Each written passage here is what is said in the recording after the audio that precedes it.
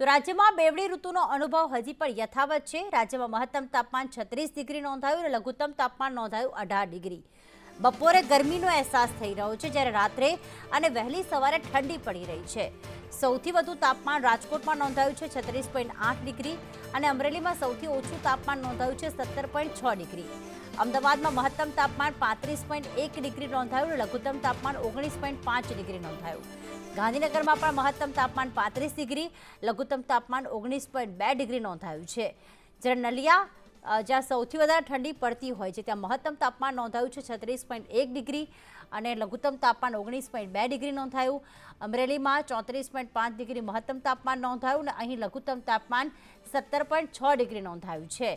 સુરતમાં 34.4 ડિગ્રી મહત્તમ તાપમાન, 22.5 ડિગ્રી લઘુત્તમ તાપમાન નોંધાયું, જ્યારે કેશોદમાં 33.8 ડિગ્રી મહત્તમ તાપમાન નોંધાયું છે, જ્યારે 19 ડિગ્રી નોંધાયું છે લઘુત્તમ તાપમાન।